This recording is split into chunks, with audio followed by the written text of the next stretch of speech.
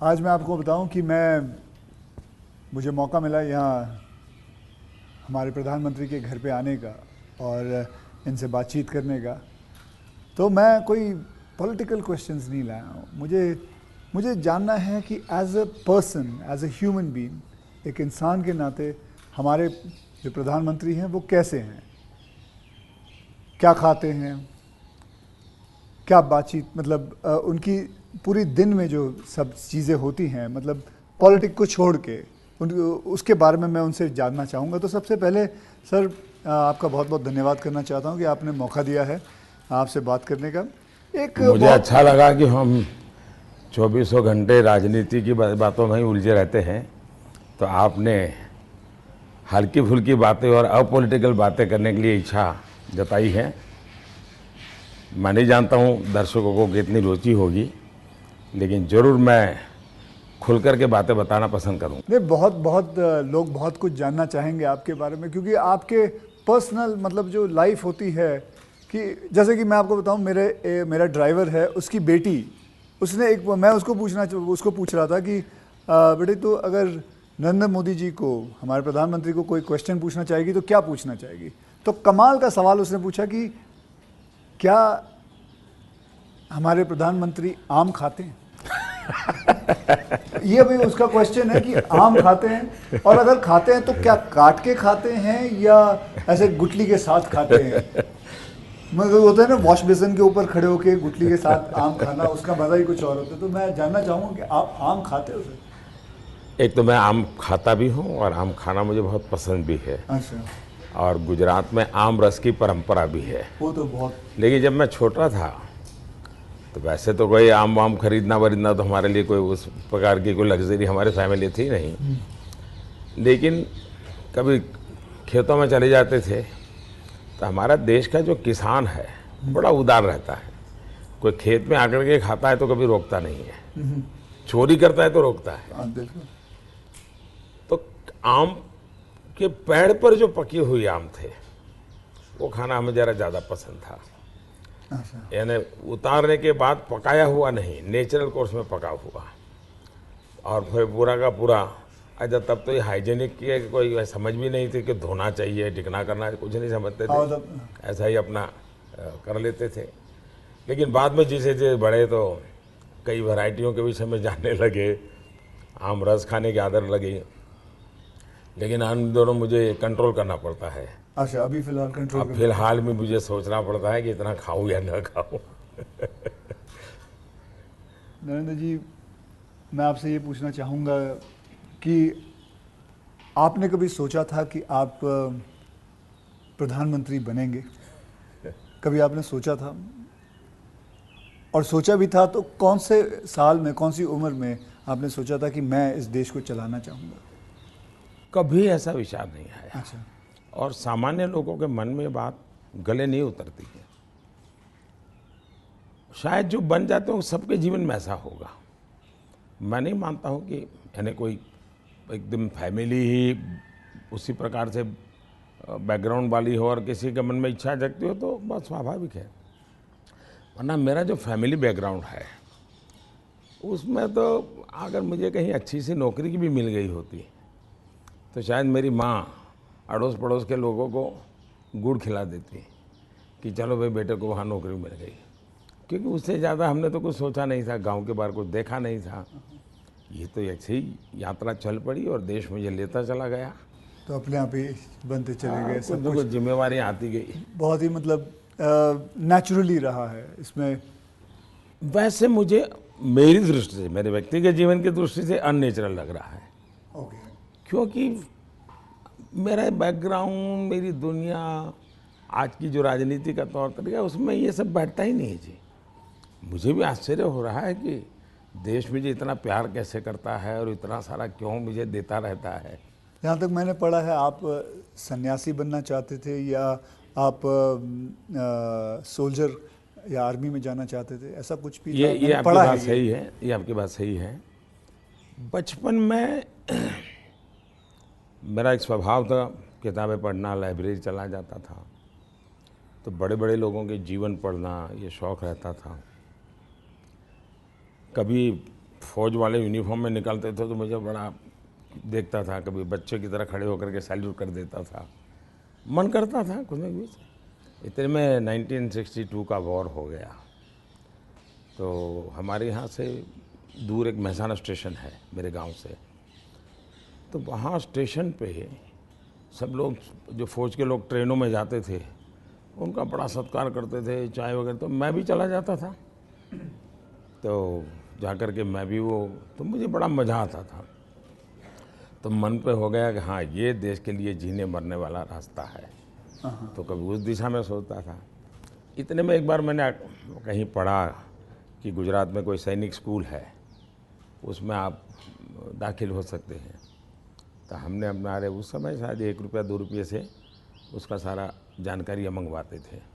अब हमें तो अंग्रेजी आती नहीं थी, तो हमारे मोहल्ले में एक स्कूल के प्रिंसिपल मिस्टर रास विहारी मणियार करके रहते थे, तो मैं उनके पास चला गया। मुझे कभी बड़े व्यक्ति से मिलने से कभी संकोच नहीं होता था, तो ऐसे ही फिर चला गया मैं बाहर। ये बात सही है कि भीतर मन में था, तो मैं रामकृष्ण मिशन में चला गया। एक स्वामी आत्मस्थानंद जी हुआ करते थे, अभी उनका करीब 100 ईयर उम्र में अभी स्वर्गवास हुआ। तो मैं सीएम बना तो मेरे घर उनको फिर बुलाया मैंने, प्रधानमंत्री बना तो उनके यहाँ चला जाता था। अभी कलकत्ते में अस्पताल में थे तो 2-3 बार हो आया था मैं। तो वो बड़ा बहुत मुझे प्यार करते थे, समझाते थे ज़िंदगी क्या है, टिकना क्या है। रामकृष्ण मिशन आश्रम में कुछ समय रखते थे मुझे। विवेकानंद जी जिस कमरे में रहते थे उसमें मुझे घंटों तक बैठने के लिए मौका देते थे। तो ये सारे नए नए अनुभव होने लगे। फिर हिमालय की दुनिया में चल पड़ा, बहुत कुछ भटका, बहुत कुछ घुमा, दुनिया देखी, और ये सब 18-20 साल 22 साल की उम्र में ही करता रहा मैं। लेकिन कुछ कन्फ्यूज़न भी था, कुछ इरादे भी थे, कोई गाइडेंस भी नहीं मिल रहा था, लेकिन मन में सवाल खुद पैदा करता था, जवाब खुद ढूंढता रहता था। ऐसे भटकता भटकता भटकता यहाँ पहुँच गया। तो आपकी लाइफ को मैं अभी आपकी बात में सुन रहा हूँ, तो मुझे लगता है अगर आप प्रधानमंत्री नहीं होते तो जिस हिसाब से आप बता रहे हो तो सन्यासी ज़्यादा लगते थे, मतलब सन्यासी बन जाते थे अगर आप। वैसे मैं क्या बनता ये कहना अभी कठिन लग रहा है, क्योंकि जो सोचा नहीं वो बन गया। वो तो हमेशा होता है, मेरे साथ भी। मैं भी आपको अगर एक किस्सा सुनाऊंगा तो मेरे साथ भी ऐसा ही कुछ हुआ है। मैं क्या बनने वाला था, मैं एक मार्शल आर्ट का टीचर बनना चाहता था, कहाँ मैं फिल्मों में आ गया और फिल्मों में आते आते हीरो बन गया। मैं आपसे क्या, हमारे प्रधानमंत्री जी को मैं ये जानना चाहता हूँ, गुस्सा आता है? और मतलब क्योंकि देखिए सबको गुस्सा आता है, आई एम श्योर आपको भी गुस्सा आता है। अगर आता भी है तो उस गुस्से में आप क्या करते हो? वो गुस्सा निकालने के लिए किस पे निकालते हो और कैसे निकालते हो? मेरे लिए ये कभी कोई कहेगा कि मुझे गुस्सा नहीं आता है तो बहुत लोग को सरप्राइज होता है। आपको गुस्सा नहीं आता? मैं बताता हूँ। अच्छा। सरप्राइज होता है। इसलिए ये कहना कि राजी नाराजी गुस्सा ये मनुष्य के स्वभाव के हिस्से हैं। अच्छा। जिंदगी उसके बिना हो नहीं, हर प्रकार की चीज़ें हर के अंदर होती हैं। लेकिन जो मेरा 18-22 साल की ज़िंदगी का जो एक बड़ा तबका था, वहाँ जो मेरी ट्रेनिंग हुई उसमें ऐसी बातें थी जिन लोगों से सीखता था कि आपके जीवन में स्वभाव में ईश्वर ने सब दिया है। अब आपको तय करना है कि जो अच्छी चीज़ है उसको बल देते हुए कैसे बढ़ना। तो फिर ये चीज़ें हैं जो नेगेटिविटी लाती है वो रुकती है। मैं कह सकता हूँ कि मैं इतने लंबे समय तक मुख्यमंत्री रहा, इतने समय तक प्रधानमंत्री रहा, लेकिन चपरासी से लेकर के प्रिंसिपल सेक्रेटरी तक मुझे कभी गुस्सा व्यक्त करने का अवसर नहीं आया, कभी नहीं आया। लेकिन मैं आपको बताऊं, बाहर जो आपकी छवि है वो एक बहुत ही स्ट्रिक्ट एडमिनिस्ट्रेटर के नाम पे है। स्ट्रिक्ट अलग चीज़ है। हाँ। मैं स्ट्रिक्ट हूँ, डिसिप्लिन हूँ, लेकिन मैं किसी को नीचा दिखा करके अपमानित करके काम नहीं करता। मैं उसको प्रेरित करता हूँ। कभी कोई चीज़ है तो मैं खुद हेल्पिंग हैंड के रूप में खड़ा हो जाता हूँ। मान लीजिए कोई कोई ड्राफ्ट लेकर के आया, तो एक तो तरीका होता है भाई क्या ले आए हो, दूसरा होता है वाह ऐसा करें ना, ये अपन करें तो कैसा रहेगा, आपको क्या लगता है ये करे तो कैसा होगा। तो क्या होता है मेरी 10 मिनट पहले ही इन्वेस्ट हो जाती है, लेकिन वो मुझे समझ पाता है। तो अगली बार जब वो आता है तो मुझे मेरा समय ही नहीं जाता, वो मेरी कल्पना के अनुसार चीज़ लेकर के आ जाता है। तो एक प्रकार से मैं कोई लेके आता है तो उसमें से सीखता भी हूँ और सिखाता भी हूँ, और मैं अपनी टीम बनाता चल जाता हूँ। तो मेरे प्रेशर हैं, स्ट्रेस हैं, वो नीचे नीचे नीचे डिवाइड होते चले जाते हैं। तो मेरे पास कुछ बचता ही नहीं है। तो मतलब आपको इतना गुस्सा नहीं आता? मैं अंदर तो होता होगा, मैं व्यक्त तो करने से अपने आप को बहुत रोक लेते हो। होता क्या है जी, कभी मान लो एक मीटिंग में आपने गुस्सा कर दिया तो मीटिंग का एजेंडा वगैरह सब छूट जाता है।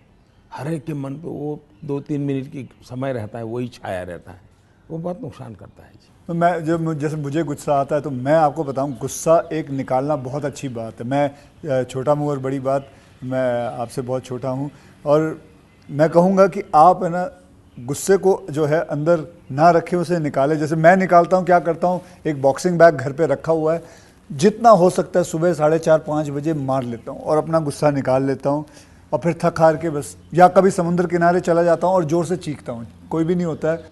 नहीं, इसके लिए एक अलग तरीका है। अच्छा। मन की स्थिति के लिए। ओके। एक तो होता है चेहरे पर, बॉडी पे गुस्सा आना और शब्दों में व्यक्त होना। दूसरा होता है आपके इमोशंस को। मैं अपने अंदर एक चीज़ डेवलप की थी,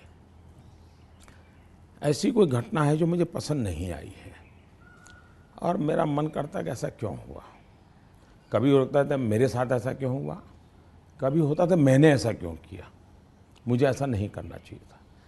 और कभी ईगो बीच में आता है तो मैं व्यक्त भी नहीं करता हूँ भाई आई एम सॉरी, मेरे से ये गलती हो गई, मनुष्य है। तो मैं क्या करता था, अकेला कागज़ लेकर के बैठता था, उस सारी घटना का वर्णन लिखता था, कैसे हुआ, क्या हुआ और मैंने क्या किया, क्यों किया, खुद ही। और उसमें जस्टिफाई करने की कोशिश नहीं करता था। फिर उसको मैं फाड़ करके फेंक देता था, पढ़ता भी नहीं था दोबारा। फिर भी मेरा मन शांत नहीं होता था, पूरी कथा दोबारा लिखता था, 3 पेज, 4 पेज, 5 पेज, उसमें उस सारे घटनाक्रम को डाल के पूरे पेपर पे रख देता, फिर से एक बार जीवंत कर देता था। हाँ। इससे क्या होता था कि वो चीज़ें, मेरी जो इमोशंस है उस कागज़ के अंदर आकर के फिर वो जल जाती थी। तो मैं एक प्रकार से फिर उस प्रक्रिया के दरमियान जो पहले मुझे सच लगता था कि मैं सच हूँ, 2-3 बार लिखने के बाद मुझे लगता है नहीं ये गलत है, मैं सच नहीं था, मैं ही गलत था। अच्छा। ये मैं आइडेंटिफाई कर लेता हूँ उसमें से। तो मतलब ये आपका तरीका है? हाँ। ये आप लेकिन अब वो नहीं रहा, इतना समय नहीं है। अच्छा। यानी मैंने अपने आप को ट्रेन उस प्रकार से किया था। से इतना बड़ा आपका घर है, जैसे मैं अपने घर पे अपनी माँ के साथ रहता हूँ, आपका मन करता है सर आपकी माँ, आपके भाई, आपके सारे जितने भी रिश्तेदार हैं आपके साथ घर पे रहें? पहला है कि अगर मैं पीएम बनकर के घर से निकला होता तो स्वाभाविक रूप से मेरा मन रहता है कि भाई सब वही रहे। मैं एक ज़िंदगी की बहुत छोटी आयु में सब कुछ छोड़ चुका हूँ, बहुत छोटी आयु में। मन नहीं करता माँ? बहुत छोटी आयु में छोड़ दिया। ओके। छोड़ दिया, उसके कारण वो ज़िंदगी ऐसी थी जो टोटली डिटैच बन गई है। और इसलिए जिसको कहे लगाव, मोह, माया, क्योंकि मेरी वो जो ज़िंदगी में जो घर छोड़ करके निकल गया था, वो जो ट्रेनिंग हुई वो उस प्रकार की हुई, और उसके कारण एक अवस्था के बाद छोड़ना है तो मुश्किल जाता है। उस समय जब छोड़ा तब तकलीफ हुई होगी, लेकिन अब ज़िंदगी वो बन गई। लेकिन फिर भी कभी माँ को बुला लिया था मैंने, कुछ दिन उनके साथ बिताए थे। अच्छा। मैंने, पर फिर भी जैसे मेरी माँ मुझे कहता है भाई तुम मेरे पीछे क्यों समय ख़राब करते हो, और मैं यहाँ क्या करूँगी तुम्हारे साथ रह के। मैं अपना चली जाती हूँ, मैं अपने पुराने गांव के जो लोग हैं कभी यहाँ मिलने आते तो बातें होती है, अपनी बातें होती, तुम्हारे साथ मैं क्या बात करूँ। तो स्वाभाविक है किसी का मन मेरे साथ नहीं लगेगा। तीसरा, मैं भी समय नहीं देता, जितने दिन माँ यहाँ रही मैं अपनी शेड्यूल में ही लगा रहता था, तो एक आध बार साथ में खाना खा लेता था। फिर मुझे भी कभी पेन होता था कि मैं रात को 12 बजे आता हूँ तो माँ को दुख हो रहा है कि ये क्या कर रहा है। मुझे अभी भी याद है, मैं आपसे जब पहली बार आपसे जब मैं मिला था तो मैं गुजरात में आपसे पहली बार मिला था जब आप वहाँ सीएम थे। तो उस वक्त एक या दो मतलब मैंने आपको एक दो चुटकुले सुनाए थे और आपने भी मुझे एक चुटकुला सुनाया था। तो मैं ये जानना चाहता हूँ कि आपका ह्यूमर अब प्रधानमंत्री बनने के बाद इंटैक्ट है? आप ह्यूमर मेरे परिवार में मेरी एक विशेषता मैंने जैसे आपको बताया आपकी छवि बहुत स्ट्रिक्ट है। आपका मतलब मैंने आपके जो साथ में जो काम करते हैं कई लोगों से ऐसे ही बातचीत करते वक्त वो बातें यार बड़ा काम करवाते हैं, तो वो जो एक बहुत स्ट्रिक्ट एडमिनिस्ट्रेटर, एक स्ट्रिक्ट हेडमास्टर, ऐसा लगता है मतलब हाथ में छड़ी होगी उनके। तो अभी भी आपका ह्यूमर एक बात तो ये जो छवि बनाई गई वो सही नहीं है। अच्छा, वो अलग बात है। सही नहीं है। और कोई ये कहता है कि मैं काम करवाता हूँ, शायद वो सही रूप में एनालिसिस नहीं कर रहे हैं जी। वो ये कहे कि हाँ काम बहुत करना पड़ता है, उसमें सच्चाई है। ओके। लेकिन मैं किसी को दबाव नहीं करता हूँ। लेकिन वो जब खुद मुझको देखते हैं, पहले जैसे ऑफिस से आमतौर पे प्रधानमंत्री 6-7 बजे निकल जाते थे, दोपहर में भी 1-2 घंटे वो ऑफिस में नहीं रहते थे। मैं सुबह से जाता हूँ, देर रात तक बैठता हूँ, तो वो भी देखते हैं कि भाई ये खुद मेहनत करते हैं। तो फिर उनको लगता है कि ये कोई हमसे मजदूरी नहीं करवाते, वो खुद बैठते हैं। तो कोई काम है तो मैं रात को 11 बजे फ़ोन करूँगा, अरे भाई उसका क्या हुआ, तो उनको लगता है ये अभी भी काम कर रहा है। तो एक प्रकार से एक टीम का स्पिरिट बन जाता है, एक वर्क कल्चर आप डेवलप करते हैं। मेरे आसपास में एक वर्क कल्चर डेवलप होता है और वो मैं खुद काम करता रहता हूँ, उसके कारण होता है। स्ट्रिक्टनेस, डिसिप्लिन थोपने से नहीं आती है, क्योंकि मैंने ह्यूमन रिसोर्स डेवलपमेंट में ही अपनी ज़िंदगी खपाई है। आप लोगों को अच्छा झूठ बोल कर इम्प्रेस भी नहीं कर सकते हो लंबे अरसे तक।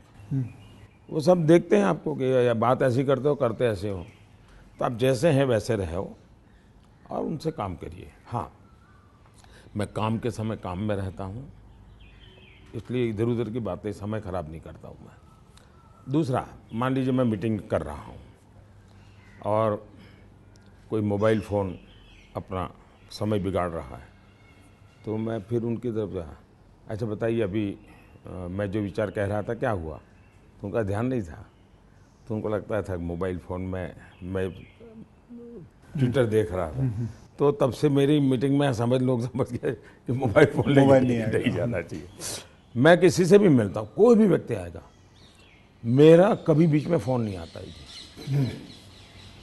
मैं किसी को नहीं कहता। मानता हूँ, मैं भी आपसे 2-3 बार मिला हूँ, आपने मतलब इट इज। तो ये मैंने डिसिप्लिन खुद के जीवन में लाया, तो सामने वाले को लगता है कि यार ये टोटली मेरे लिए डेडिकेटेड टाइम था, इन्होंने कोई उपयोग नहीं किया। इन चीज़ों का एक प्रभाव पैदा होता है। जहाँ तक ह्यूमर का सवाल है, मेरे परिवार में हमेशा एक कल्पना थी, कभी पिताजी राजी नाराज़ी हुए हो, कभी छोटी मोटी हो, तो हमेशा मैं पूरे माहौल को एक आधे मिनट में हल्का कर देता था। ये मेरा एक स्वभाव था। आज भी मुझे वो करने का मज़ा आता है, शब्दों से खेलना वगैरह। पर अब क्या हो गया है जी, हर चीज़ के अलग अर्थ निकाले जाते हैं, आधा अधूरा वाक्य उठा करके उछाल दिया जाता है। तो अब डर लगता है कि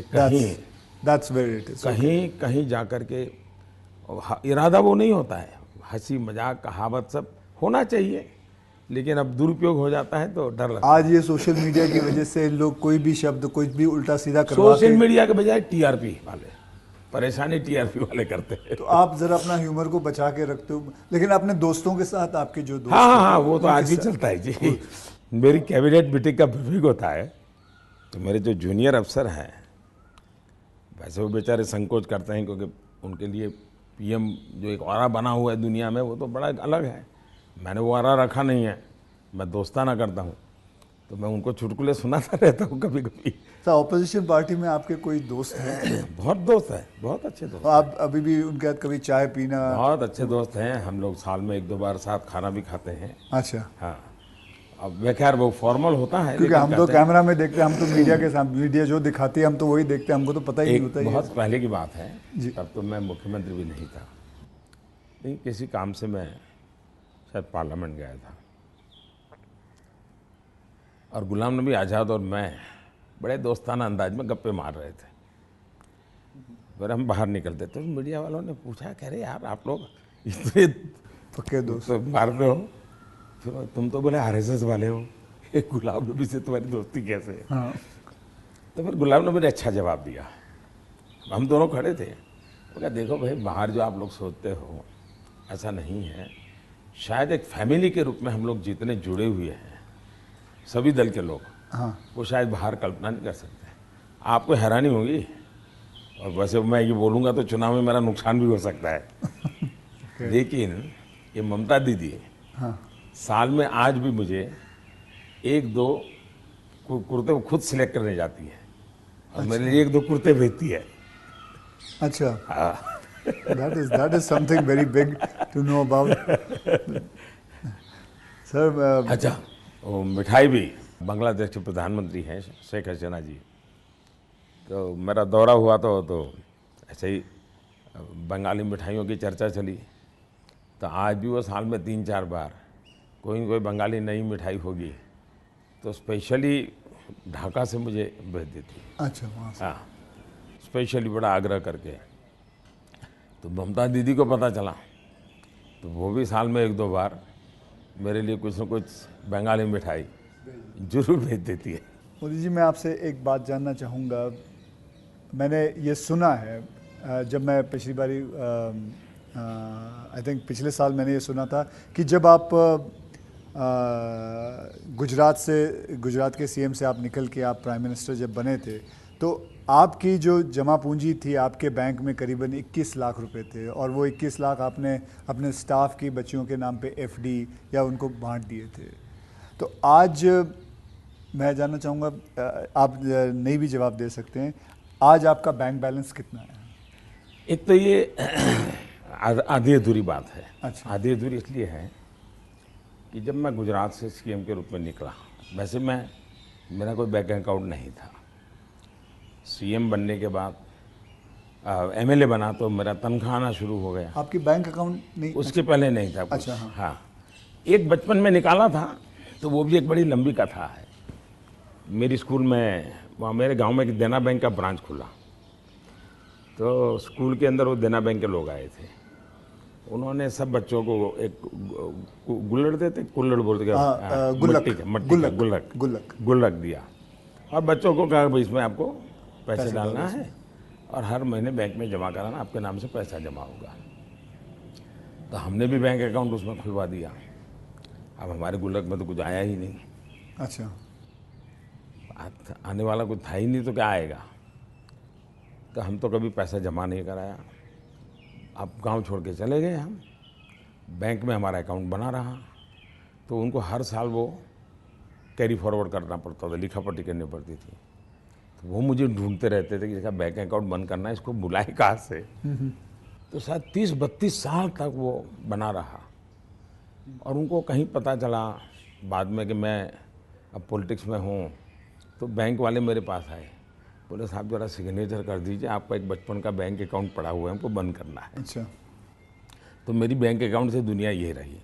लेकिन जब मैं सीएम बना, एमएलए बना, तो फिर जो वेतन मिलता है वो आना शुरू हो गया, तब बैंक अकाउंट खुल गया। मैंने तो कभी वो देखा नहीं है, मेरा स्टाफ देखता था। जब मैं निकला वहाँ से, तो मैंने हमारे अफसरों को बुलाया, मैंने कहा भाई ये मेरा तो है नहीं, मैं ले जाके क्या करूँगा, मुझे तो कोई उपयोग है नहीं, तो मैं ये दे देना चाहता हूँ। तो उन्होंने कहा कि भाई ऐसा मत कीजिए। मैंने कहा भाई मैं करूँगा क्या इसे ले जा कर के। तो खैर अफसर लोग मेरी इज्जत करते थे, तो ज़्यादा बहस नहीं की, चले गए। शाम को एक सीनियर अफसर को लेकर के आए मिलने के लिए। फिर उन सब ने तीन लोग थे, ये समझाया कि बोले देखो मोदी जी, ठीक है आपको ज़रूरत नहीं पड़े, लेकिन आपके ऊपर इतने कोर्ट केसेस चल रहे हैं गुजरात में, वकील भी इतने महंगे होंगे हैं, आपको कभी न कभी पैसों की ज़रूरत पड़ेगी। अब पद पर तो कब रहोगे, कितना रहोगे आप, और बाद में बोले कोई नहीं देगा आपको। तो हमारी प्रार्थना है कि ऐसा मत कीजिए। तो मैंने कहा क्या करूं? बोले ठीक है, आपकी इच्छा है तो कुछ हिस्सा दीजिए।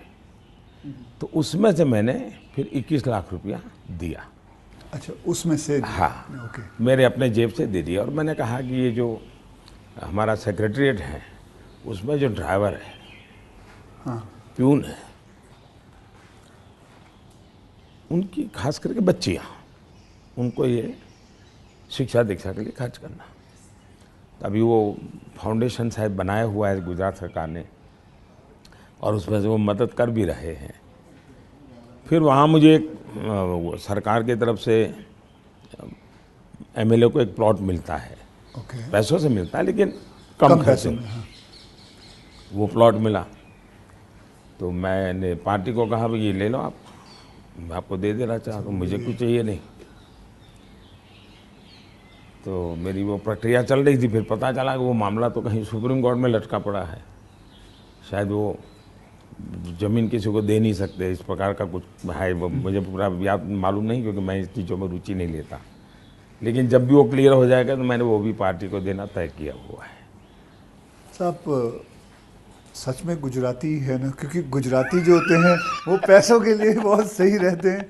मतलब मैं नहीं मानता कि मतलब आपने अपना प्लॉट दे दिया, आपने पैसे दे दिए, तो आप, क्योंकि मैं आपको, अगर आप इजाज़त दें तो मैं एक छोटा चुटकुला सुनाना चाहता हूँ। जी जी जी। एक गुजराती आदमी था, बुज़ुर्ग आदमी था, वो मर रहा था।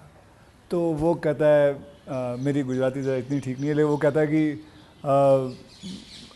मारो दीकरो क्यां छे, मतलब मेरा बेटा तो बेटा अगर डैडी हूँ यहाँ छूँ, मारी दीकरी क्यां छे, डैडी हूँ यहाँ छूँ, मेरी बीवी कहाँ है, मैं भी यहाँ हूँ, आप तीनों यहाँ हैं तो दुकान पे कौन है?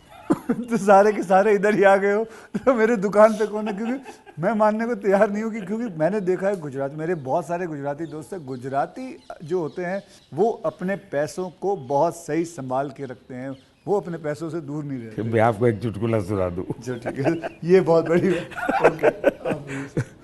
हमारे यहाँ चुटकुला चलता है कि एक बार प्लेटफॉर्म पर ट्रेन आई, रेलवे ट्रेन में। हाँ। तो ऊपर ही बर्थ पे कोई पैसेंजर सोया हुआ था। तो उसने देखा स्टेशन आया, तो उसने खिड़की में आवाज़ लगा के बाहर किसी को पूछा कि भाई कौन सा स्टेशन आया। तो उसने कहा 4 आना दोगे तो जवाब दूंगा।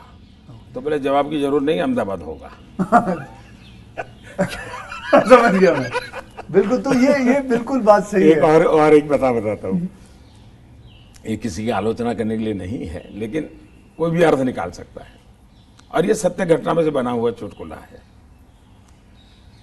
बहुत साल पहले, वैसे मेरी जिंदगी ऐसी थी, ये हाफ स्लीव का कुर्ता और पैजामा, जूते और थैला, यही से मैं रेलवे में भटकता रहता था, और दाढ़ी रहती थी। तो मैं पुणे स्टेशन पे उतरा। अच्छा। और कोई मेरे पास ज़्यादा सामान तो था नहीं, मेरा एक वो झोला था, एक अखबार था हाथ में। तो मैं पैदल चला जा रहा था, मुझे पुणे में आरएसएस दफ्तर में जाना था। तो मैं पैदल ही जा रहा था। तो एक ऑटो रिक्शा वाला धीरे धीरे धीरे धीरे साथ चलता गया। फिर करीब 100-200 मीटर गया होगा, और उसने, मेरा ध्यान गया, मैं कहीं ऐसे कैसे चला रहा हो स्लोली मेरी स्पीड से। मैंने कहा भाई आपकी ऑटो रिक्शा खराब है, क्या प्रॉब्लम है आपका? तो उसने कहा साहब आप नहीं बैठोगे? मैंने कहा क्यों, मैं तो पैदल जा रहा हूँ। तो बोले आप समाजवादी हैं? मैं कहा नहीं, मैं तो अहमदाबादी हूँ। हाँ। तो मैंने कहा क्यों समाजवादी क्यों? ये बोले समाजवादी लोग, बोले हमारे पुणे के समाजवादी जो लोग हैं वो स्टेशन में पब्लिक के सामने ऑटो रिक्शा में नहीं बैठते हैं, दूर जाके गुपचुप बैठ जाते हैं। ऐसा क्यों? लोगों को इम्प्रेशन रहे कि वो मेहनत करते हैं, सादगी वाले हैं। ओके, अच्छा। तो बोले मुझे भी लगा शायद आप समाजवादी हैं, तो औरों की तरह आप भी थोड़ी देर के बाद बैठ जाओगे। तो बोले इसलिए मैं चल रहा था। तो जब उसने मुझे पूछा आप समाजवादी हो, तो मेरा तुरंत जवाब था मैं अहमदाबादी हूँ। आइए सर, एक थोड़ा चलते चलते बात करें आपसे। सर, आपसे मैं पूछना चाहता हूँ कि अगर आपको कभी एक अलादीन का चिराग मिल जाए और जिन कहे कि आपके 3 विशेस हैं, तो वो आपके 3 विशेस क्या होंगे? देखिए, अलाउद्दीन चिराग मुझे मिल जाए और सचमुच में उसके पास ताकत होगी, जी। तो मैं उसे कहूँगा कि तुम जितने भी ये समाजशास्त्री हैं या जो एजुकेशनलिस्ट हो, उनके दिमाग में भर दो कि भावी पीढ़ी को ये अलाउद्दीन चिराग वाली कथा सुनाना बंद करें कि ऐसा कोई अलाउद्दीन होता है और वो इच्छाएं पूरी करता है। मैंने कहा उसको मेहनत करना सिखाओ। मैं कभी एक्सपेक्ट नहीं कर रहा था आप ये जवाब दोगे। मुझे लगा आपको ये 3 विशेस आप सोचोगे कि क्या है 3 विशेस, लेकिन ये एक बहुत ही सही तरीका है। आलसपना जो होता है वो यही चीज़ों से आता है। यार, आई विश मुझे ये मिल जाए, बैठे बैठे मिल जाए। तो ये जो आपने जो किया हुआ है, ये जो कहा हुआ है, बिल्कुल सही कहा हुआ है। ये मूल तो है बाहर से आई हुआ चिंतन है जी, मैंने रिसर्च नहीं किया है। हाँ, हाँ। ये हमारे यहाँ मूल चिंतन ऐसे नहीं है। मूल चिंतन तो हमारे यहाँ परिश्रम का है जी। हमारे यहाँ ये नहीं है कि भाई ऐसे ही कुछ आकर के कोई दे देगा, ऐसा नहीं है जी। एक ना एक दिन तो सभी को रिटायर होना होता है, आपको भी रिटायर होना पड़ेगा। तो आपने कभी पोस्ट रिटायरमेंट प्लान सोचा है कि आपने जब ये सब कुछ ख़त्म हो जाएगा, मतलब आप पॉलिटिक्स से संन्यास ले लेंगे, तो आपके आगे जाके आपने क्या करना है? एक बड़ा पोस्ट इंटरेस्टिंग रिटायरमेंट। चीज़ बताता हूँ आपको। जी। हम लोगों की एक मीटिंग थी इनर सर्कल की। अटल जी थे, आडवाणी जी थे, राजमाता सिंधिया जी थी, जी। सिकंदर बख्श साहब थे, प्रमोद महाजन भी थे, और उसमें सबसे छोटी आयु का मैं रहता था। तो बातें चली, उसमें से ऐसे ही अभी मीटिंग शुरू होना बाकी था, ऐसे गप्पे चल पड़े कि भाई रिटायरमेंट के बाद क्या करेंगे। तो सबने कुछ न कुछ अपना बताया।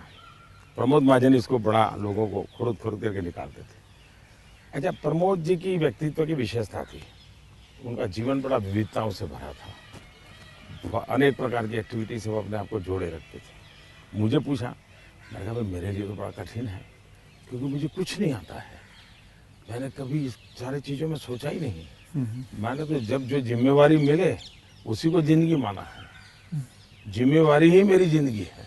अच्छा। और इसलिए मुझे कल्पना ही नहीं होती है कि मेरे इसमें समय बिताने के लिए कुछ करना पड़ेगा, मुझे अपने आप को एंगेज रखने के लिए कुछ करना पड़ेगा। और इसलिए मैं कभी नहीं मेरे मन में विचार आया और न ही मैं सोचता हूँ। और मुझे पक्का लगता है शरीर का कण कण और जीवन का पल पल किसी न किसी मिशन में ही खपाऊंगा। ये आपने सोचा हुआ है? ये शायद सोचना नहीं है जी, मेरे पास इसके सिवाय कुछ मुझे पर कौशल्य ही नहीं है। मैं जिस हिसाब से आप बताते हो कि मुझे लगता है आप ज़िंदगी में, मतलब जब सीएम से यहाँ जब पीएम बने थे, तो मैं ये जानना चाहूँगा कि सबसे वैल्यूबल चीज़ आप क्या लेके आए थे यहाँ, इस घर के अंदर सबसे वैल्यूबल चीज़ आपकी क्या रही थी? अगर मैं, वैसे ये पूरी बातचीत आपने पहले ही मुझे कहा कि भाई मैं तो कोई राजनीति की चर्चा करना नहीं चाहता, नहीं। लेकिन कुछ मात्रा में मैं ये कह सकता हूँ कि प्रधानमंत्री बनते समय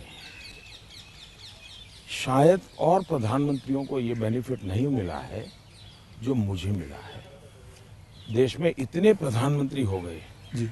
इतने प्रधानमंत्रियों को ये बेनिफिट नहीं मिला है जो मुझे मिला है। वो ये है कि मैं लंबे अरसे तक मुख्यमंत्री रह के आया हूँ और मैं गुजरात का लॉन्गेस्ट सर्विंग चीफ मिनिस्टर था।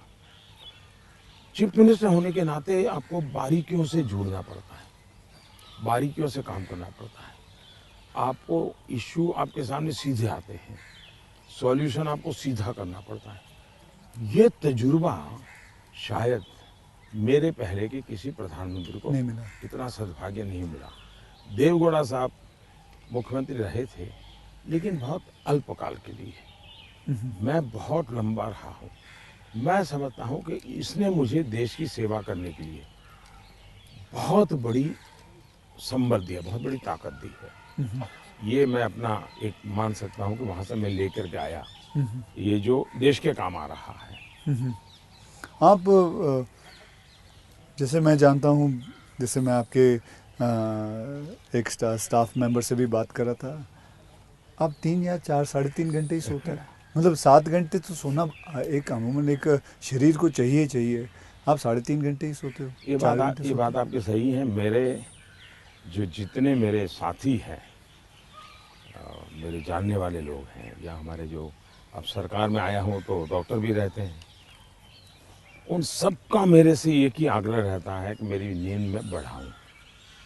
राष्ट्रपति ओबामा जब मुझे मिले तो वो भी सबसे पहले मेरे से इसी के में उलझ गए। बोले मोदी जी क्यों ऐसा करते हैं आप? बोले मैं, हम दोनों अच्छे दोस्त हैं जी। तू तारी करके बुलाते हैं एक दूसरे को। तो तू ऐसा क्यों करता है जी? तुझे आज पता नहीं है, ये तेरा नशा है काम का, तुम करते रहोगे लेकिन तुम अपना नुकसान कर रहे हो। और वो जब भी मिलते हैं कि तुम मेरी बात मानते हो कि नहीं मानते हो, कि नींद बढ़ाई कि नहीं बढ़ाई। अब पता नहीं मेरा एक बॉडी साइकिल ऐसा हो गया है। मतलब आपको नींद आती ही नहीं है 3.5-4 घंटे के बाद? नहीं, नींद जो है मेरी इतने कम समय में पूरी हो जाती है। स्ट्रेस की वजह से तो आप उठ नहीं जाते हो कि अब मुझे काम नहीं करना नहीं है? नहीं नहीं नहीं, मैं इतना नॉर्मली देखा है आपने कि कोई भी व्यक्ति उठता है तो हाथ पैर इधर उधर करता है, आंखें ऐसे ऐसे करता है। मेरा कुछ नहीं, आंख खुलती है, फ्रिक्शन ऑफ सेकंड मेरा पैर जमीन पे होता है, मैं उठ जाता हूँ उससे। हाँ, उठता मैंने बिस्तर पे उठता वैसा नहीं, बिस्तर से भी बाहर होता बाहर हूँ हो मैं। जाता है। अब ये हो सकता है वो मेरी जो 18-22 साल के कालखंड में जिस जिंदगी को मैं जी रहा था जी। उसमें से शायद ये डेवलप हुआ है। अब वो मेरे शरीर का वो हिस्सा बन गया है। तो अच्छा। लेकिन मैं, जैसा आपने कहा रिटायर होने के बाद क्या करोगे, तो पहला काम मैं नींद कैसे बढ़ाऊं इस पर सोचूंगा। कहाँ बैठोगे आप?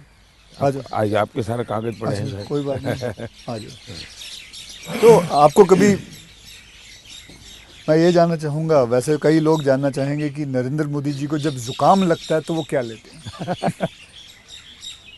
आप हैरान होंगे, मैं बहुत ही, फिर वही कहूँगा, मैं ऐसी कठिन जिंदगी जी करके आया हूँ। तो डॉक्टर क्या होता है, ये महंगी दवाइयाँ क्या होती हैं, सोफिस्टिकेटेड क्या होता है, वो सब आप आयुर्वेदिक पे बहुत विश्वास करते मैं हैं? बताता हूँ। आयुर्वेद के बजाय कैसी जिंदगी है। अब आप जब पहाड़ चढ़ते हैं तो पैर तो दर्द करते ही हैं, कितनी आदि हो, लेकिन ऊंचाइयों पर जाते हो तो अब जो अकेला इंसान है वो क्या करेगा? मालिश वालिश वाले को तो कुछ नहीं कर रहा, पैसे बोला वैसे किसी तो को होते नहीं है, क्या फिजियोथेरेपी नहीं करा सकता, हाँ। मसाज नहीं करवा सकता। अब मैं क्या करता था जी, मेरे कंधे पे हमेशा एक ये जो असम का गमछा होता है ना, हाँ। ये गमछा मेरे पास रहता था ऐसा। तो मैं जैसे उसको ऐसे पैर पे बांध देता था पूरा, और बीच में एक छोटी लकड़ी तोड़ करके पैर से लगा देता था। फिर इसको मैं कर्व करता था, अच्छा। तो प्रेशर आता था। ऐसा पूरे बॉडी को मैं अपना मसाज खुद ऐसा तरीका रखता था मैं। तो ऐसी चीज़ें मैं इवॉल्व करता था अपने लिए। मैं बहुत साल पहले कैलाश यात्रा पे गया था पैदल। टोटल यात्रा करीब 1000 किलोमीटर का था, पैदल गया। कुछ और भी लोग थे, बड़े धनी लोग भी वहाँ कभी कभी यात्रा में आते थे। अब बहुत बड़े बड़े महंगे वो चमड़ी बचाने के लिए सब लेकर के आए हुए थे। मेरे पास तो कुछ था, मेरे पास कैस्टर ऑयल था, और वो भी रॉ, सीधा वो घानी से निकाला हुआ। हाँ। तो उसकी स्मेल भी बहुत ख़राब होती है, तो मैं उसी को लगाता था। अब ये लोग 5वें 6ठे दिन मुंह नहीं धो सकते थे, क्योंकि उनकी चमड़ी जल करके चीर करके लटक गई थी। तो वो बड़े परेशान रहते थे। तो मुझे कुछ नहीं होता था, बोला मैं तेज तर्रार रहता था। तो मुझे पूछने लगे कि आप क्या करते हो? बोला कहा कुछ नहीं भाई, कैस्टर ऑयल लगाता हूँ मैं। तो रात को हम जब पहाड़ चढ़ करके रात्रि मुकाम होता था, ये मेरे पास आ जाते थे। हर कोई एक एक बूंद कैस्ट्रोल में से ले जाता था। जुकाम होता है तो मैं गर्म पानी पूरा समय पीता हूँ। गर्म पानी, गर्म पानी, उसमें दूसरा कोई शहद या कुछ? कुछ नहीं, सिंपल गर्म पानी। दूसरा, हो सके तो फास्टिंग करता हूँ। अच्छा। फास्टिंग यानी एकदम से सिवाय पानी कुछ नहीं, एक दो दिन 24 घंटे 48 घंटे ज़्यादा नहीं करना पड़ता। तीसरा, ये सरसों का तेल होता है, उसको थोड़ा गर्म करके रात को 2-3 बूंद डाल देता हूँ। जलन बहुत होती है, लेकिन ये मेरा 1-2 दिन में क्लियर कर देता है। तो ऐसे ही जीने की आदत है। मैं कुछ चीज़ें करता हूँ, वो मैं पूछना चाहूँगा आपसे। मैंने चीज़ फॉलो की है जिसको कहते हैं कि 7-12-5 × 40, यानी 7 बजे मैं ब्रेकफास्ट कर लेता हूँ, 12 बजे मैं अपना लंच खा लेता हूँ और 5 बजे डिनर खा लेता हूँ। और × 40 यानी कि जब भी एक गस्सा खाता हूँ उसे 40 बार चबाना है। तो ये मैंने अपने शास्त्रों में पढ़ा है, कई लोगों से बात की है, तो आप इससे सहमत हैं? बिल्कुल सहमत हूँ, और ये बिल्कुल सही रास्ता आपने चुना हुआ है। हमारे देश में मूल आदत यही है। हाँ, ये वेस्टर्न जो वर्ल्ड आया, उसने फिर धीरे धीरे इसमें ये बदलाव किया कि लोग, वरना हमारा किसान आज भी गांव में सूर्यास्त के पहले, नहीं लेना सर? मैं नहीं लेता जी, नहीं, सूर्यास्त के पहले थैंक यू। खाना खा लेता है। और दिन में भी आपने देखा होगा, किसान सुबह एक प्रकार से, वो किसको आप नाश्ता कहते हैं, लेकिन एक्चुअली उसका वो लंच जैसा ही होता है। हाँ, वो काफ़ी मात्रा में बड़े बड़े रोटी और सब्जी या चटनी कुछ लेकर के खेत चला जाता है। दिन में थोड़ा सा लेकर के उसकी पत्नी सर पे कुछ रख करके जाती है। वो पूरा भोजन नहीं होता है, हाँ, हाँ। थोड़ा होता है। ये आज भी हमारे देश में परंपरा है ये। आपका एक फैशन स्टेटमेंट बहुत बढ़िया है, मतलब दाढ़ी वाड़ी एकदम सही किया हुआ। और मतलब कभी कभी मैं देखता हूँ आप हाफ स्लीव कुर्ता पहनते हैं, ज़्यादा करके हाफ स्लीव कुर्ता पहनते हैं। तो ये जो फैशन, ये जो है, ये जो आपकी जो शेविंग और ये सब, क्या ये मतलब फैशन जो है ये आपने खुद ने किया है या आपने किसी को? आपने बहुत अच्छा सवाल पूछा। जैसे मैं बहुत स्ट्रीक हूँ, गुस्सा करता हूँ, ये जो एक छवि बनाई गई है, वैसे दूसरी छवि मेरे इन कपड़ों की दुनिया को लेकर के बनाई गई है। दरअसल क्या है, मैं छोटी बैग में मेरी ज़िंदगी थी और मैं ट्रैवलिंग करता रहता था। जी, आपने बताया झोले में। और तो मैं देखता था कि एक तो मैं कपड़े खुद धोता था। सीएम बना तब तक मैं कपड़े खुद धोया हूँ। ओके। कभी मैंने कपड़े, तो फिर मैंने कैसे सोचा कि लंबी बाहें रखता हूँ तो मुझे इतना ज़्यादा धोना पड़ता है। दूसरा मेरे बैग में वो जगह ज़्यादा लेता है, तो मैंने खुद नहीं काट दिया था। अच्छा, वो जगह ज़्यादा लेता है इसलिए आपने इसको मैंने काट दिया था। ओके। अब वो बात वो फैशन पर गया जी। ये बात सही है कि मैं ढंग से रहना, ये मेरी प्रकृति थी। शायद एक कारण ये भी था कि गरीबी के कारण कभी कभी इन्फीरियरिटी फील होती थी लोगों के बीच में।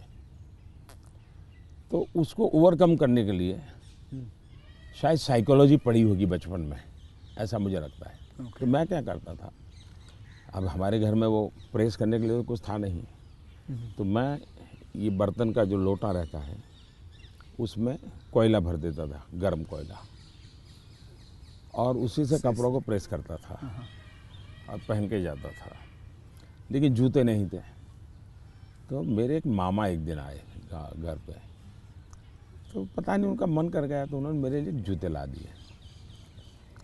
तो एक कैनवास के सफ़ेद जूते आए ना जी, हाँ, छोटे से, शायद उस समय तो 8-10 रुपये मिलते होंगे, वो ले आए। तो मैंने देखा थोड़े दिन में तो वो गंदे होना शुरू हो गए। तो मैं क्या करता था, क्लासरूम में सब बच्चे चले जाते थे, मैं रुका रहता था, और टीचर जो ब्लैक बोर्ड पे लिखता है ना, तो बाद में जो छोटा चॉपस्टिक का टुकड़ा रह जाता है वो ऐसे ही फेंक देता है। हाँ हाँ हाँ हाँ हाँ। तो मैं उसको इकट्ठा करता था, वो चॉपस्टिक के टुकड़े, वो ले आता था और हर दिन सुबह चॉपस्टिक जूतों पे लगा देता था। हाँ हाँ हाँ, मैं समझ गया। और डेली ये मैंने कई बार आपसे मिला हूँ, आप घड़ी जो है हाँ। वो अभी तो आपने सही पहनी हुई है, लेकिन घड़ी आप ज़्यादा करके ऐसे पहनते हो। घड़ी मैं सही पहनता हूँ क्योंकि मुझे मीटिंगों में बैठना पड़ता है ना, हाँ, तो मैं नहीं चाहता हूँ किसी को पता चले कि मैं ऐसे घड़ी देख रहा हूँ, उसको इंसल्ट फील होता है जी। अच्छा। तो मैं उसके सम्मान के लिए हमेशा कॉन्शियस रहता हूँ कि ऐसे चोरी छुपे से घड़ी देख लेता हूँ। आप कोई बैठा है बात कर रहा है और घड़ी देखते हैं तो मतलब कि आप उसको इशारा करो भी बहुत हो गया जाओ। तो आप ऐसे रखते हो। हाँ, तो ये मेरे मन में ऐसा है कि ये किसी का एक प्रकार के हिडन वे में, मतलब बहुत माइन्यूटली आप लेकिन आप मानते हो, मैंने आपको ऑब्जर्व किया कि आप घड़ी उल्टी पहनते हो। मैं देखा था कई बार देखा आपने कि आप घड़ी उल्टी पहन के। आपने सही देखा। मोदी जी, मैं आपसे ये जानना चाहूँगा कि ये जो सोशल मीडिया का आजकल तो पूरा ज़माना है, एंड मैंने देखा है कि आप काफ़ी एक्टिव रहते हैं, लेकिन जो आपको लोग प्रश्न पूछते हैं या लोग आपसे बात करते हैं, तो आप खुद देखते हो ट्विटर या इंस्टाग्राम, ये सारी चीज़ें आप देखते हो सर? मैं ज़रूर देखता हूँ और एक प्रकार से उससे मुझे बाहर की बहुत प्रकार की जानकारियाँ मिलती हैं जी। और मैं आपका भी ट्विटर देखता हूँ और ट्विंकल खन्ना जी का भी ट्विटर देखता हूँ। और कभी कभी तो मुझे लगता है कि वो जो मेरे पर गुस्सा निकालती है ट्विटर पे, तो उसके कारण आपके पारिवारिक जीवन में बड़ी शांति रहती होगी। उनका पूरा गुस्सा मेरे पर निकल जाता होगा।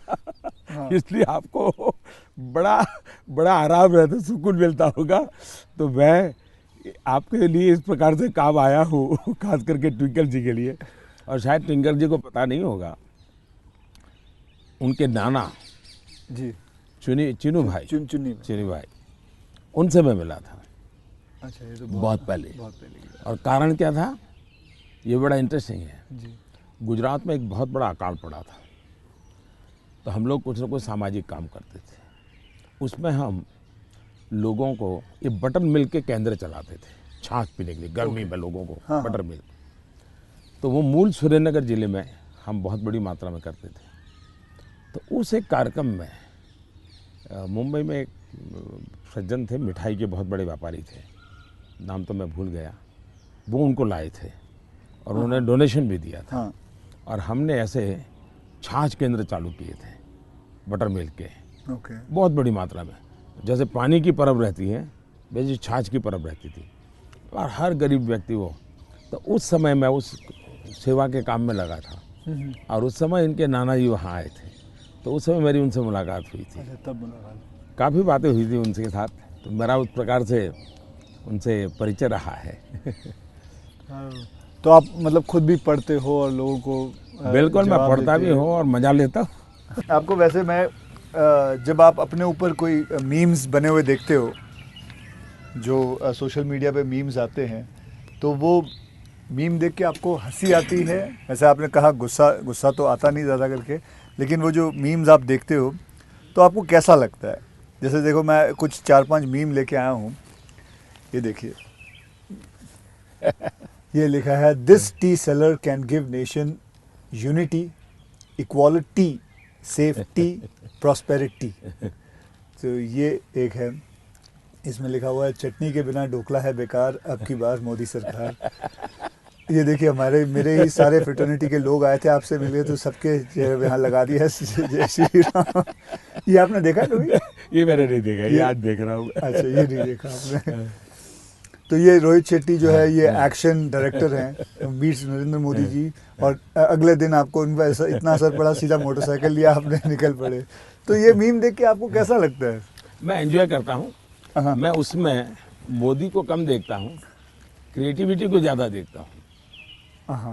तो मुझे उस क्रिएटिविटी के प्रति, यानी मेरा घोर भी विरोध होगा, मुझे बड़ा मजा आता। क्या बड़े सटीक तरीके से कहा है उसने। मतलब बहुत अच्छी क्रिएटिविटी उनकी है, मतलब क्या सोचते हैं ये लोग, और यूं झटके में सोचते हैं। हाँ, फ्रिक्शन ऑफ सेकंड जी। मैं आपको बताऊं, आप और मैं भी बात कर रहे हैं, जब सोशल मीडिया का ये सबसे बड़ा बेनिफिट मुझे ये है कि मुझे कॉमन मैन की जो सेंस है, हाँ, उसकी जो क्रिएटिविटी है, उसका एनालिसिस है, ये समझने में बड़ा, वरना क्या होता है, ये बनी बनाई लोगों की जो परोसी हुई चीज़ होती थी जी, 5 स्टार फूड जैसा होता था वो, ये एक प्रकार से फुटपाथ पर का जो चने चबेने और पकौड़ा होता है, हाँ हाँ, वैसा सोशल मीडिया का मटेरियल होता है। फिनिश नहीं होता, लेकिन उसमें से आपको सच्चाई हाथ लग जाती है। मैं तो ये वेट कर रहा हूँ जब ये आएगा तो इसके ऊपर भी बड़े मीम्स बनेंगे, हाँ, इसके ऊपर भी बड़े मीम्स बनेंगे। तो आप तो खैर तैयार है, मैं मुझे मेरे लिए पहली बार होगा ये, मतलब। कुछ लोग होते हैं इंटेंशन से आपको चुभे इसलिए करते हैं, जी जानबूझ करके। उस समय आपने अपने आप को संतुलित रखने से उसके सारे इरादे फेल हो जाते हैं हाँ हाँ और वो उसकी नींद हराम कर देते हैं। अगर आप उसको रिएक्ट करते हैं, रिस्पॉन्ड करते हैं, तो उसको मजा आ जाता है। लेकिन देखा छोड़ दिया तो उसकी नींद खराब है। मैंने इतनी मेहनत की, इतना मोदी जी के बाल नोचने वाली चीज की, मोदी को कोई हो ही नहीं रहा है, तो वो परेशान हो जाता। हाँ, फिर वो अपना बंद भी कर देता है थोड़ी देर बाद। ये भी बात सही है। बस सर, आपसे बात करके मुझे बहुत बहुत मज़ा आता है। आपसे मैं 2-3 बार पहले भी मिल चुका हूँ और आज मुझे मौका मिला है आपसे वार्तालाप करने का, आपसे बातचीत करने का, तो बहुत अच्छा लगता है। As a human being and not as a prime minister, as a human being you are a lovely person, you are a person जिसने ज़िंदगी में सब कुछ देखा है, झेला है, पाया है और खोया भी है, और सैक्रिफाइस आपकी ज़िंदगी के, मैं ये मेरा एनालिसिस है जो मैं आपसे अभी बात करके मेरा एनालिसिस है कि आपकी ज़िंदगी के आपने बहुत सैक्रिफाइसेस भी किए हैं। So we are glad, I am glad that मुझे ये मौका मिला है आपसे बातचीत करने का। क्या आप मंथली आपकी जो सैलरी में से कुछ आप अपनी माता जी को भेजते हैं? ऐसा है कि हमारी माता जी खुद मुझे देती है आज भी। अच्छा, वो भेजती हैं? आज देती है, देती नहीं। जब भी मिलने जाऊंगा तो ₹1.25 वो पक्का मेरे हाथ में देती है आज भी। अच्छा, और वो हमसे कभी अपेक्षा नहीं करती, कभी अपेक्षा नहीं करती, उनको ज़रूरत भी नहीं है। दूसरा, शायद मैं एक ऐसा मुख्यमंत्री भी रहा और एक ऐसा प्रधानमंत्री रहा हूँ, मेरे परिवार पर का कोई खर्चा सरकार पर नहीं है, वरना बाकियों को परिवार का मेडिकल हेल्प मिलता है सब, मेरे परिवार कुछ लेता नहीं, कुछ नहीं लेता है। मैंने, हाँ ये बात है, बिल्कुल बिल्कुल।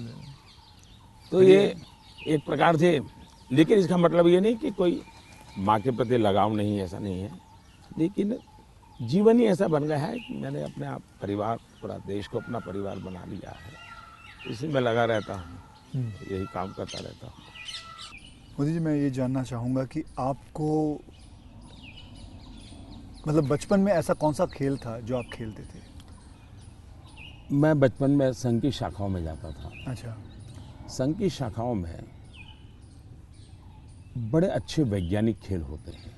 अच्छा। बड़े वैज्ञानिक, जिसमें टीम स्पिरिट आए, जिसमें जैसे एक खेल होता है, ये सब सर्कल में बैठते हैं, फिर जो ये हमारा लीडर होता है वो पूछता है कि आपकी राइट साइड पे जो बैठा है उसकी एक क्वालिटी बताओ। ओके। अब है तो खेल, लेकिन आपको उसके कारण कॉन्शियसनेस आता है कि हाँ भाई दूसरे के गुणों को देखना चाहिए।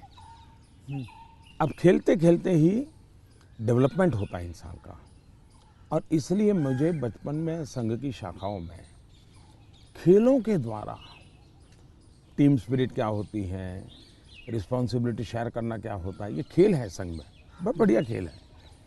वो परंपरागत खेल है, कोई संघ वालों ने ढूंढे ऐसा मैं नहीं कह रहा हूँ, ये बहुत बहुत काम आते हैं।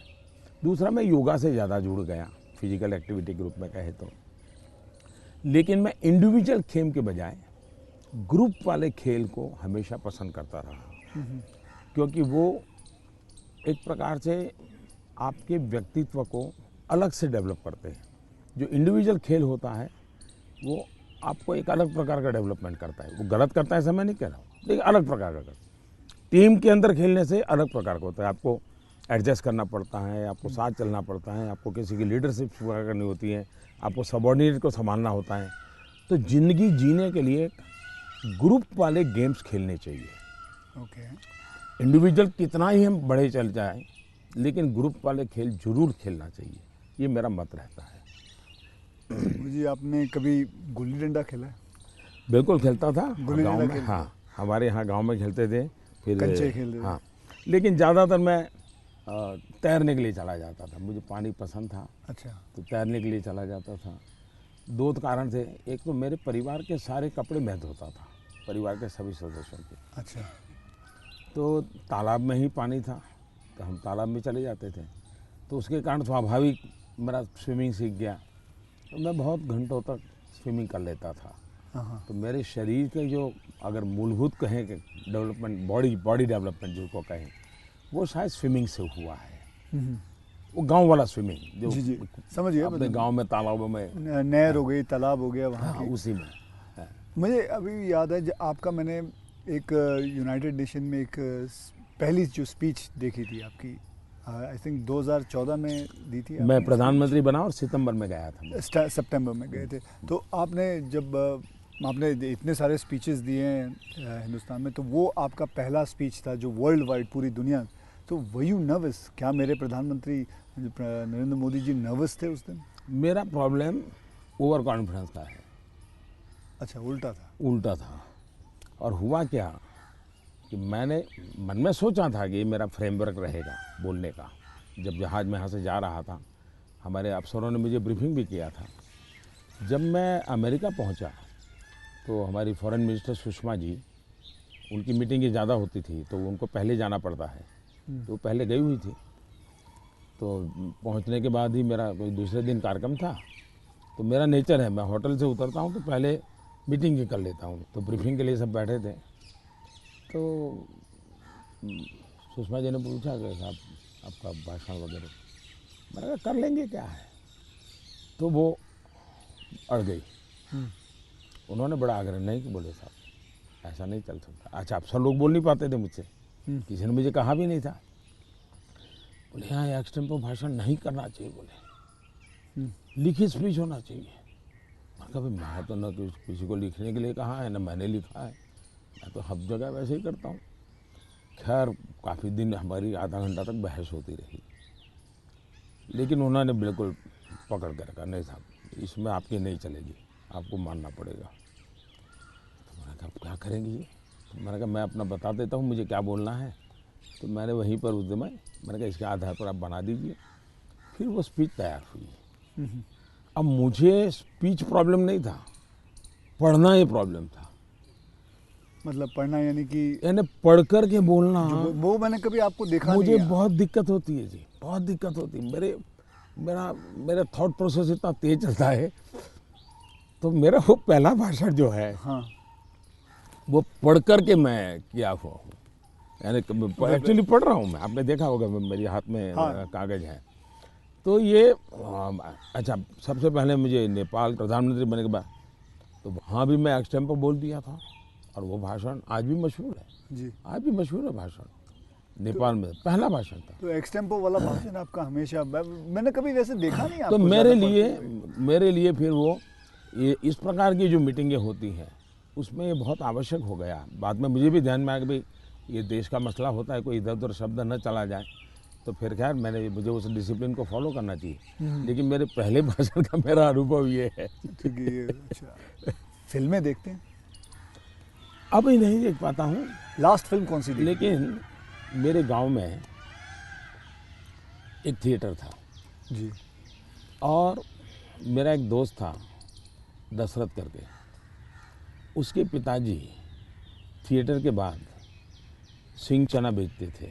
अच्छा। और हम गांव वाले उनको लक्ष्मण भाई थिएटर वाला बोलते थे।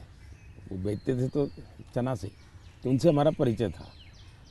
तो हम वहाँ जाके बैठते थे, और अगर थिएटर में दर्शक कम है और जगह बची है तो फिर वो थिएटर के बाहर ही बैठते थे। तो वो मालिक को कह देते कि ज़रा इन बच्चों को बिठा दो ना। तो फिर वो मुफ्त में हमको थिएटर में जाने का मौका मिल जाता था। वो लक्ष्मण भाई जो सिंह चना बेचते थे उनके कारण। तो मैं और हमारा वो दोस्त है दशरथ, तो हम दोनों जाके बैठ के मूवी देखते थे। तो बचपन में मूवी देखने का यही एक हमारा तरीका था। बाद में तो ज़िंदगी ऐसी बन गई तो कोई मौका नहीं मिलता। लेकिन शायद एक अमिताभ बच्चन जी आए थे जब मैं सीएम था। अच्छा। तो उनका बड़ा आग्रह था एक पा फिल्म शायद। जी बिल्कुल। तो देखने के लिए उनके साथ में चला गया था। एक बार अनुपम जी खेर आए थे, उन्होंने टेररिज्म को लेकर के एक फिल्म बनाई थी, सीएम था मैं, टेररिज्म को लेकर के एक फिल्म बनाई थी, वेडनेसडे शायद, हाँ वेडनेसडे, हाँ, तो वो मैं उनके साथ देखने चला गया था। तो ऐसा कुछ हुआ है, लेकिन वो भी ज़्यादा लेकिन अब पीएम बन के बिल्कुल नहीं, अब तो आपके वक्त भी नहीं मिलता, बिल्कुल नहीं कर पाया, अब आपने बिल्कुल नहीं कर पाया। कि मैंने एक फिल्म बनाई थी, आपको मैंने हल्का सा कुछ बताया भी था पहले कि टॉयलेट एक प्रेम कथा पे फिल्म बनाई थी, और मैं खुद देख नहीं पाया, लेकिन मैंने लोगों को बहुत कहा हाँ वो कि देखो भाई सामाजिक जीवन पर कैसे फिल्में चल सकती है और बन सकती हैं। हाँ वो कमर्शियल हिसाब से मैंने पूरे बनाए थे, बल्कि गाने वाने वगैरह ये माँ पिता सब कुछ उसमें रखा हुआ था, और नहीं, मैसेजिंग, सोशल मैसेजिंग था, वो अच्छा था।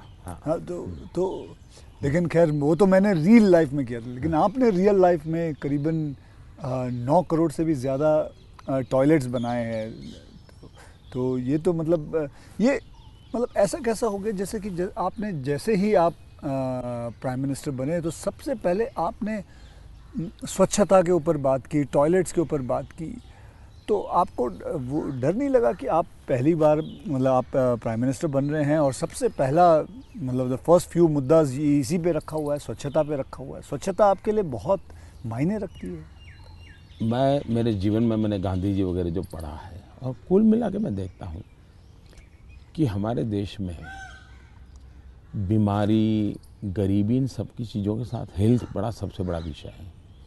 लेकिन प्रिवेंटिव हेल्थ के लिए 2 चीज़ें मैं देखता हूँ, एक स्वच्छता और एक फिटनेस। आप अपने शरीर को फिट रखिए, बनाइए, तो बाकी आर्थिक रूप से बोझ बनता नहीं है ज़िंदगी, उस प्रकार से जिए। पर्सनल हाइजीन में तो हमारे यहाँ शास्त्रों के कारण, संस्कारों के कारण, घर में आओ तो पैर धो करके आओ, हाथ धो, मंदिर में जाते हो तो नहा करके जाओ, सब बहुत सिखाया जाता है। सोशल हाइजीन के प्रति हम उदासीन रहे हैं। और भारत जैसा देश दुनिया में, अगर इतना बड़ा दुनिया को देने के लिए टूरिज्म डेवलप नहीं हो रहा है, एक कारण है गंदगी जी। वैसे भी किसी भी समाज के लिए शोभा नहीं देता है। तो मेरे मन में एक बड़ी चीड़ है, और मैंने सोचा इसको एक जन आंदोलन बना देना चाहिए, और देश को गर्व होना चाहिए, हम लोगों को गर्व होना चाहिए कि हमारे देशवासियों ने इस कार्यक्रम को अपना बना लिया। और ये 9 करोड़ टॉयलेट बन जाना, 2014 के पहले 38% रूरल सैनिटेशन था, 98% हो गया। मतलब देश तैयार था, और मुझे खुशी है कि देश ने किया है। मैं तो कौन होता हूँ करने वाला जी, देश ने चीज़ को उठा ली। आप एज अ प्राइम मिनिस्टर आप कभी चिल एकदम आराम करते हैं, मतलब कुछ आराम से बैठ के यूं बैठे हैं गार्डन में सोच रहे हैं, बस ऐसे ही कुछ नहीं, चिल आउट के लिए मेरी एक आदत है, मुझे अब कर नहीं पाता हूँ, लेकिन मेरा बड़ा स्वभाव रहा है। एक तो मुझे सुबह 5 बजे चाय पीने की आदत है, बिना शक्कर। चीनी में लेता नहीं, हाँ चीनी लेता नहीं हूँ। अच्छा, नहीं लेते? मुझे कोई प्रॉब्लम नहीं है, लेकिन आदत नहीं लेता हूँ। दूसरा, मुझे शाम को 6 बजे, दिन में किसी के साथ कटसी के लिए बैठ गया, थोड़ा ले लिया 2 घूंट, तो अलग बात है, चाय की आदत नहीं है। लेकिन शाम को 6 बजे मुझे चाय की आदत है, ऐसा लगता है मेरी बॉडी रिक्वायर कर रही है। लेकिन वो मुझे तब मज़ा आता है, मैं छत के नीचे नहीं हूँ, सीधा आसमान से मेरा संपर्क होना चाहिए, खुले में बैठा हूँ, अकेला बैठा हूँ, और वहाँ आराम से चाय पीता हूँ। ये मुझे बहुत पसंद आता है। और वो जगह कौन सी है? यहाँ यहाँ भी मैं कर लेता हूँ, और मेरे ऑफिस के उसमें भी कर लेता हूँ। अच्छा। लेकिन जो साउथ ब्लॉक का ऑफिस है वहाँ संभव नहीं है। वहाँ तो एकदम से वो बंद कमरा है। लेकिन ये मेरी पसंद की जगह काम है। दूसरा, एक चीज़ मैंने बहुत की थी, और जो जैसा आपने कहा रिटायरमेंट के बाद क्या करोगे, तो उस काम को ज़्यादा करूँगा। पहले मैं रेगुलर करता था, मैं कभी दिवाली नहीं मनाता था जी। अच्छा। नहीं, मैं दिवाली में 4-5 दिन कहीं चला जाता था, और 5 दिन के लिए मेरी जो रिक्वायरमेंट रहती थी, पानी वगैरह वो साथ ले लेता था, और वो भी मैं उठा के ले जाकर उतना ही। और मैं पहले रिसर्च करके रखता था, कहीं जंगलों में कोई जहाँ इंसान न हो, लेकिन पीने के लिए शुद्ध पानी अवेलेबल हो, ऐसी जगह ढूंढता था, और वहाँ जाके मैं रहता था। कभी पेड़ के नीचे, क्या कोई खंडहर कोई मिल गया तो उसमें पड़ा रहता था। अच्छा उस समय में तो टीवी वगैरह तो थे ही नहीं, रेडियो भी मैं साथ नहीं रखता था, ना अखबार न कुछ नहीं, कागज पेन भी नहीं, किताब भी नहीं, कुछ नहीं। और 5 दिन मैं ऐसे ही अकेला रहता था, प्रकृति को देखना। एक प्रकार से मेरा वो कार्यक्रम का नाम था, मैं मुझसे मिलने जाता हूँ। ओके, मैं मुझसे मिलने जाता हूँ, ऐसा ही मेरा, वो मेरी ज़िंदगी में बहुत बड़ी ताकत देने वाली चीज़ है। तो कई वर्षों तक अब नहीं कर पाता हूँ, अब तो क्या SPG वगैरह ऐसा कवर हो गया है, ज़िंदगी अलग हो जाती है, लेकिन बहुत सालों तक मैंने नहीं किया है। और मैं उससे बहुत ताकत पाता था, और जो विचार आए आने देता था, किसी विचार को टिकना है तो टिकना, कुछ लिखता भी नहीं था, ऐसे ही रहता था। तो यही मेरा एक तरीका रहता था। आपका और मेरे में कॉमन यही है कि आप चाय बेचते थे और मैं जी वेटर था। दोनों के, आप और मेरे में ये भी है कि हम दोनों के कोई गॉडफादर नहीं थे, हम अपनी ज़िंदगी अपने टर्म्स और कंडीशंस पे बनाई है बस। तो ये रहा है बस। जब मैं चाय बेचता था बहुत कुछ सीखने को मिला मुझे, बहुत लोगों से मिलने का मौका मिलता था, हर एक के स्वभाव को समझता था। बिना कारण जो चाय पीने वाला है गुस्सा करता था, डांट देता था, तो इन चीज़ों को सीखने में बहुत काम आया। लेकिन एक चीज़ मैंने बहुत मज़ेदार है मेरी ज़िंदगी की, मैं जब लोगों से हिंदी में बात करता हूँ तो बहुत सरप्राइज करते। मुझे हमारे सिकंदर बख्श साहब थे, बीजेपी के लीडर जी, वो मुझे हमेशा कह रहे हैं, यार मोदी तू इतनी बढ़िया हिंदी कैसे बोल लेता है, तू तो बोले गुज्जू है, ये तेरा मुरारजी, वो दोस्ताना है तो बहुत बड़ी आयु के थे, बोले तेरा मुरारजी इतने साल तक यहाँ रहा लेकिन उसको हिंदी बोलना नहीं आता है, ऐसा मुझे। तो उसका कारण ये था कि मैं चाय बेचता था, तो मेरे गांव में ये जो ट्रेनें तो बहुत कम आती थी, लेकिन ये जो मालगाड़ी होती है, जो माल ढोती है, वो ज़्यादा आती थी। और मुंबई में जो भैंसों का तबेले रहते हैं, उसके जो दूध बेचने वाले लोग हैं, वो क्या करते हैं, दूध जब भैंस देती है तब तक मुंबई में रखते हैं, बाद में वो गांव में आके छोड़ देते हैं। वो भैंसों को लाना ले जाना एक बड़ा कारोबार चलता था। तो वो आते थे और वो बेचारे घास वास उसी में भरते थे, उसी में रहते थे और भैंसों को ले जाते थे। एक व्यक्ति आएगा तो 3-4 दिन रहना पड़ता था। हम उनको चाय चाहिए, हम चाय देते थे। उनसे बातें करते करते मैं हिंदी सीख गया। अच्छा, फिर वो क्या करते थे, अपना म्यूजिक की कुछ चीज़ें ले आते थे, तो शाम को वो चौपाइयाँ वोपाइयाँ अपना भजन कीर्तन करते रहते, तो मैं कभी जाके बैठ जाता था। तो मुझे उसके कारण नॉर्थ के कल्चर से परिचय आया। तो एक प्रकार से चाय ने मुझे ये लैंग्वेज सिखा दी। तो आप, ये जो सॉन्ग की बात आई, आप कभी कोई हिंदी गाना गुनगुनाते हो अकेले में? गुनगुनाना तो नहीं होता है, लेकिन मैं जब चाहता तो मेरे मन पे जो कुछ गीत है, ज्योति कलश छल के, या ये पवन वेग से उड़ने वाले घोड़े, ऐसे जो गीत थे बहुत पुराने, तो बहुत अच्छे लगते थे।